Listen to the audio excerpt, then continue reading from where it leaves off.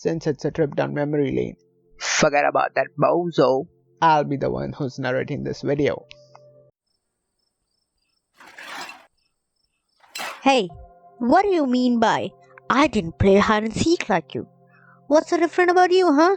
Oh, so you wanna know? I'll tell ya. So, let's get this out and clear with. Playing hide and seek in daylight?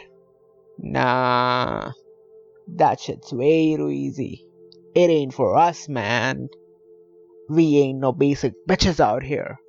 Usually would start playing around 6-7 p.m. and it would go up to maybe 10-10:30ish, depending on our mood really. The best time for anyone to become a seeker was for the first 2 rounds, which we just played to pass time until everyone assembled. Why, you may ask?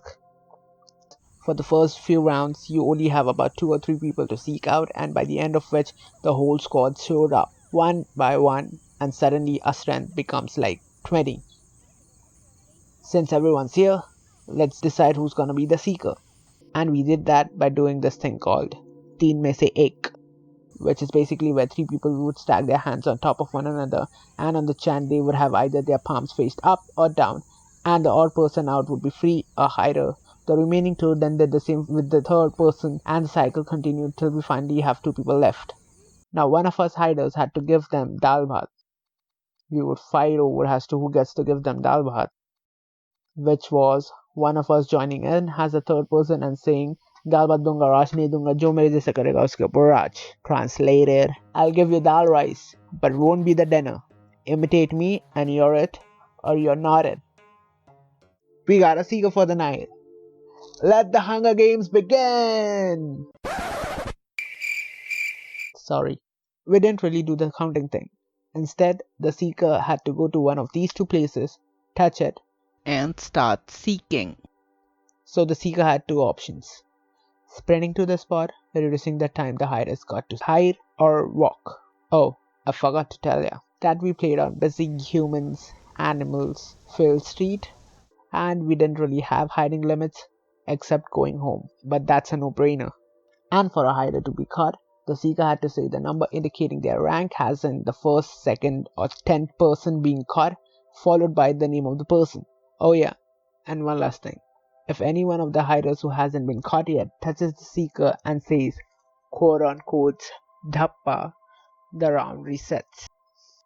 Once the normies got caught, you have us mad lads remaining, who mostly saved everyone's buns. You had Anna, the Hussein Bolt. If you see him, you gotta be quick in uttering your words, else it's back to the chopping boards. AK, Mr. Hiding Place Connoisseur. My guy came up with most of our insane hiding spots. Amit, the chameleon. Oh, you gotta be aware of this bastard.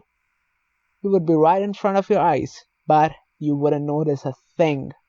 Believe me, it's happened to me a lot. And Nagoba, the kid Houdini. This kid would appear out of nowhere. It's Cincinnati Alakazam in his books. Since we are the only ones left, I'll show you our hiding spots. See that door over there? Yeah, that's a door to a stranger's house. You probably wouldn't expect us to be there, would ya? But you're wrong. Sup, AK? You a good man? Don't ask me how he got inside. He has his own ways. Next up, see that rickshaw over there? Yeah, Houdini is under there. Get your legs to close and you're his dinner. Look up. Turn right. A little more. That's Hussein from Planet of the Apes, ready to pounce. He might be 10 feet above the ground, but so what? Mr. Chameleon? Don't even bother. Even I don't know where he is, probably in front of the seeker. And yeah, don't look down. Don't. Curiosity got you, huh? Yeah, we are 15 feet above the ground, and that's an open sewer. If you fall, say bye-bye to a few of your limbs.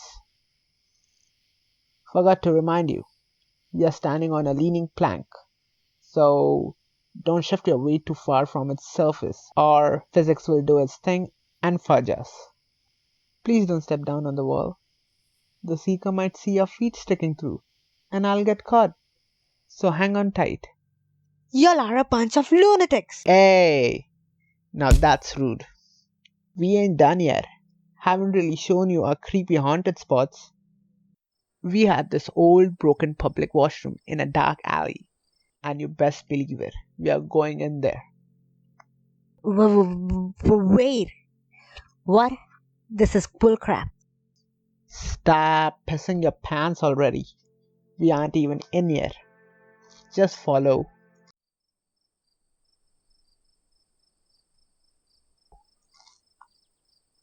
Hey, Steve, give me a hand, will ya? Need to get on the roof. Yeah, coming. Hey, Scary Cat, wait here. I'll go help him out. Okay. Then we had this other creepy place found by yours truly, AK. We are going there next.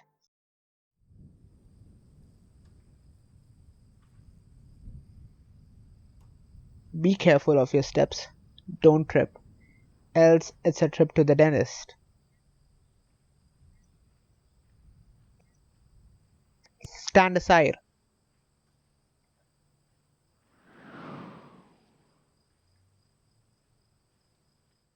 It's your turn to jump.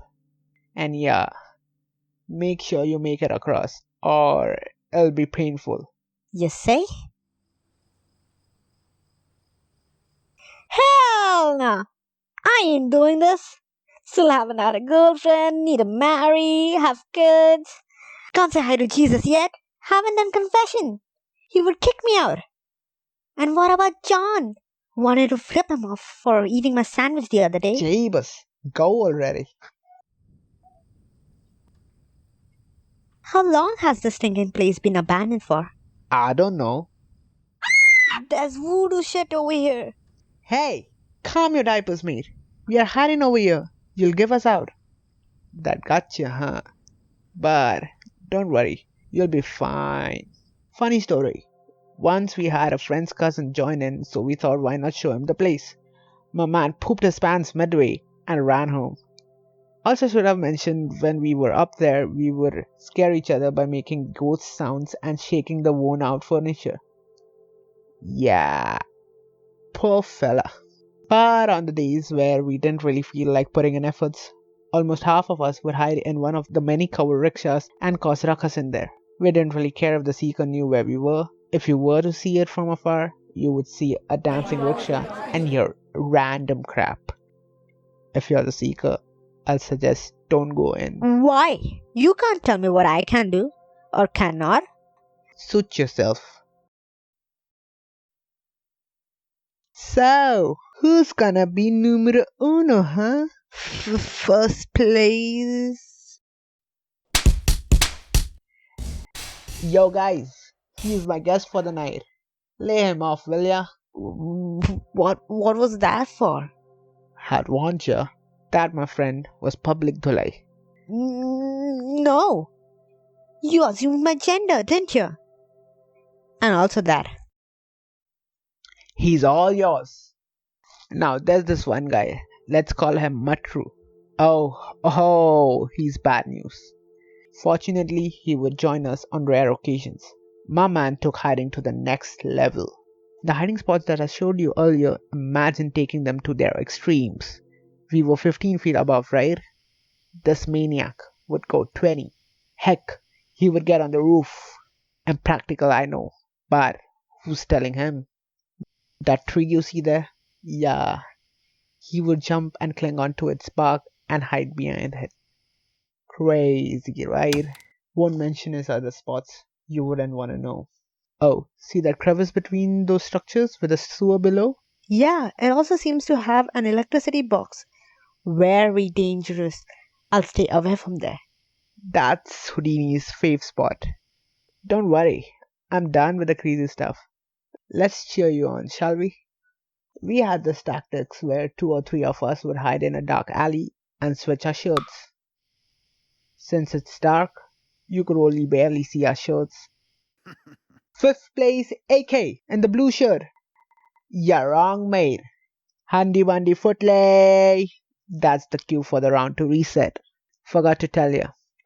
If you were to mess up with your numbers, that's also handy bundy footplay. Hey. Wait a minute. This whole thing is biased towards the seekers. Nah, mate. We were just that good. Now, if I were the seeker, I would run across the street, simultaneously pinpointing everyone's location and call them out. Oh, you think you're that smart, huh? I'll tell you what would happen if you did that. Let's take a look.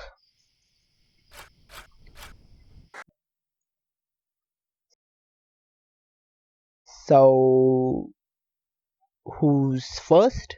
My. Smarty pants. Yeah. I'm going. Shut up already.